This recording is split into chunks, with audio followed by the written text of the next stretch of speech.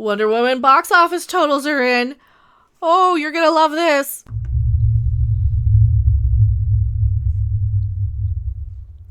Hello everyone, I am Mecha Random 42, the one, the only, the original, your favorite YouTube consumer advocate, Harpy. We are talking today about the Wonder Woman box office. Well, the only places that have it so far, because as you know, we don't get it here until Christmas Day, but overseas they've got it, and I don't think they're very happy with it. Why? Because of the way Variety is wording this. Look what they say! Wonder Woman sputters in China. Sputters. Sputter. Is that an Amber Heard joke? Box office. Wonder Woman 1984 sputters in China and grosses 38.5 million overseas. That's not the Chinese total. I skimmed through this article already. Also, if you guys do like my content, please, please, please like, subscribe, share. Make sure you're still subscribed. YouTube has been purging and unsubscribing all sorts of people lately.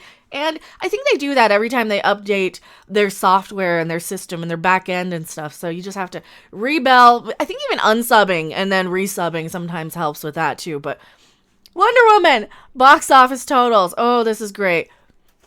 Diana Prince may be able to best Cheetah, but she's no match for a global you-know-what, cough cough, great toilet paper shortage of 2020.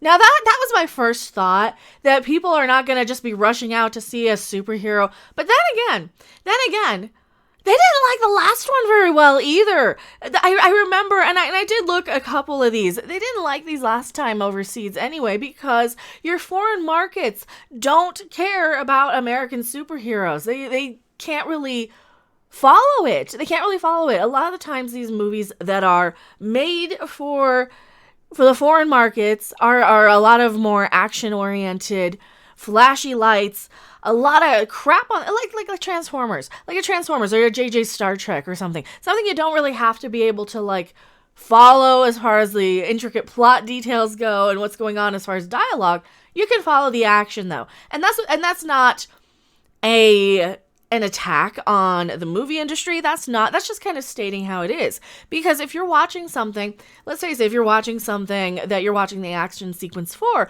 you don't really need to be able to follow along and read the subtitles of a Transformers movie or something, and that's why those do pretty well overseas.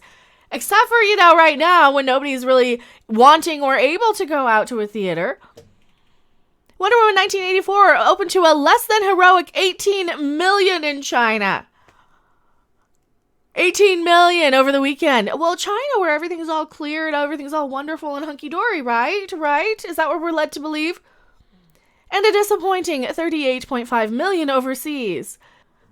And that's far less than the 38 million the first Wonder Woman grossed in its opening weekend in China, and likely means that a follow-up will earn far less than the 90.5 million that its predecessor pulled in from the country over the course of its run. Why are these words so hard to say all of a sudden? China is one of the few theatrical markets where moviegoing had shown signs of life during the public health you-know-what. But revenues around the country were still down 30%. I think a lot of that has to do with the fact that they don't want to see an American superhero movie, even if it is Gal Gadot and she's gorgeous. And she's not really an American actress, I know you guys are going to say, but she's not. I know, that's not what I'm saying. I'm saying it's like an American-focused superhero movie. Wonder Woman 1984 wasn't the only blockbuster hopeful that sputtered. The Rescue, a Chinese action movie, made just under 36 million in its initial weekend. That's far below projections and could mean the film will lose money. Oh, they don't even want their own stuff. They don't even know because yes, cough, cough, that sort of thing. The great toilet paper shortage of 2020, as we call it. Wonder Woman 1984 was intended to be one of the holiday season's biggest releases, but with cases rising again, Warner Brothers has opted to debut the film in the US on HBO Max when it opens in cinemas on December 25th. So at least that's a smartish thing to do.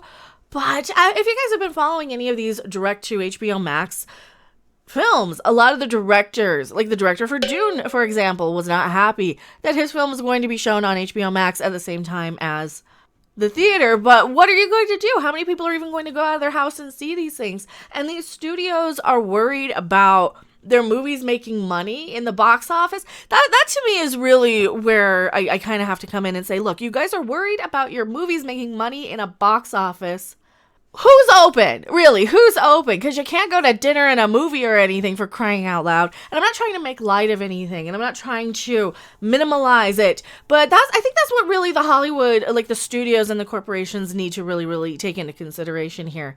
Because they're acting like this is such an unknown sort of thing. We kind of figured anybody who pays attention to anything is going to understand that, yeah, right now, you're not going to prioritize going out and having some fun and going and seeing a movie.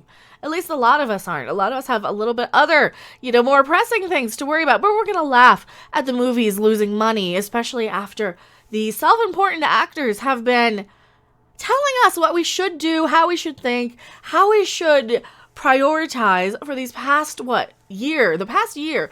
Even before that, even before they got very, very preachy with their imagines. Imagine there's no heaven. And I take responsibility crap. I take responsibility.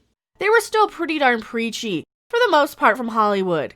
So it's no surprise to me that people aren't going to rush out and give them their money right now. It's getting a more robust rollout overseas. The film opened this weekend in 32 foreign markets, and it pulled in $3.6 million in Taiwan, $2 million in Thailand, $1.7 in Brazil, $1.6 million in Mexico and Japan.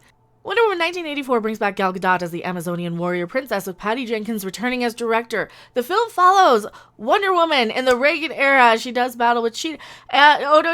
No. It takes place during the Orange Man battening, and Orange Man bad, and that's why a lot of people are going to skip this one, because Pedro Pascal is an Orange Man doppelganger. This is why.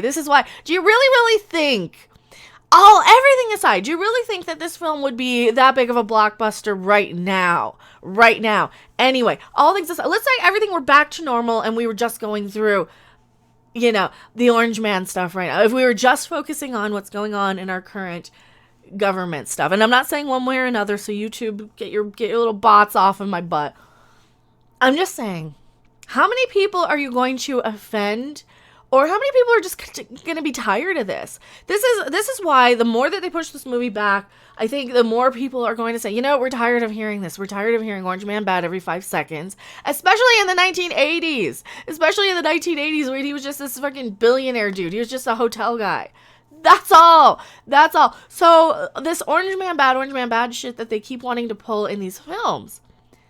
First off, they don't care about it overseas. They got their own political stuff to worry about. They got their own stuff to deal with without worrying about who our leader is.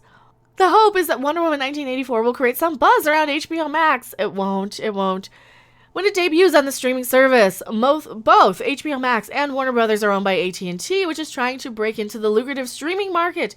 Yeah, they had about 8 million subscribers as of a few weeks ago, and where Disney Plus had 171 million.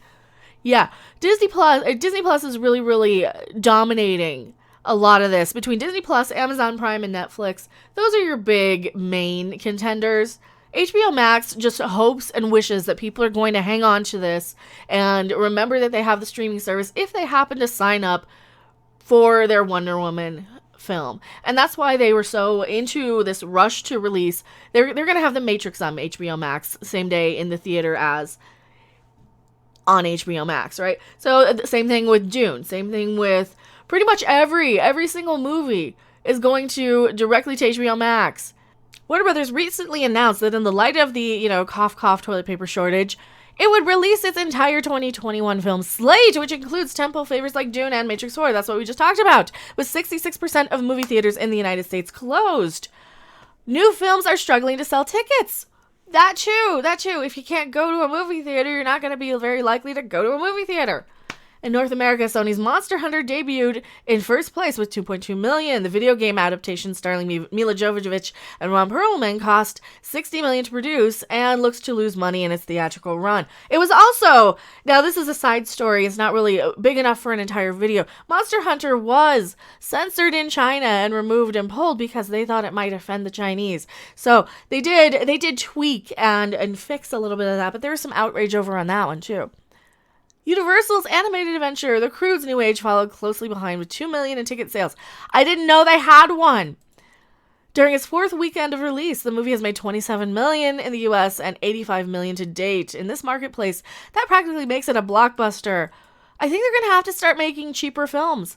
That's what they're going to have to do. No more of these giant paydays for these overinflated actors who we really don't care about. They're so interchangeable. They'll be popular for about 5 years and then their careers will be over, right? That's what usually happens. These careers, these actors don't have a lot of longevity. We don't have a lot of movie stars nowadays. We don't have a whole lot of Tom Cruise and Will Smiths popping up everywhere. We got a lot of, oh yeah, that guy, I kind of like him in this thing or that thing. But we don't have a lot of big draws anymore. And the ones we have are the same ones we had in the 90s. It's unlikely that any U.S. cinemas will reopen in the coming weeks as, we progress with the stuff that's going on right now. But the few that remain in business are looking to Wonder Woman 1984 and fellow newcomers, Promising Young Woman, and News of the World as salvation. But the Justice League's members' biggest competition may come from the small screen, where the Pixar film Soul is debuting the same day on Disney+. Realistically, people are going to have Disney Plus anyway. They're going to have HBO Max probably. So I think that more families are probably going to gravitate towards Soul because first off, it's going to be easier. Second off, you don't have to leave your house. I think a lot more families are probably going to pick Soul, even though I've never heard anything about it until a few months ago when they finally dropped a trailer. But then again, I don't really pay attention to what's going on with Pixar. What do you guys think? Are you going to see Wonder Woman on HBO Max, or are you going to try and acquire it in other ways and circumstances and forms? Tell me what you guys think in the comment section below. I am MechaRandom42, and I'll see you guys later. Bye. Thanks for watching. If you liked it, make sure to hit that like button. And if you want to see more, don't forget to subscribe. See you in the next video. Bye! Imagine there's no heaven. Yeah. Ugh.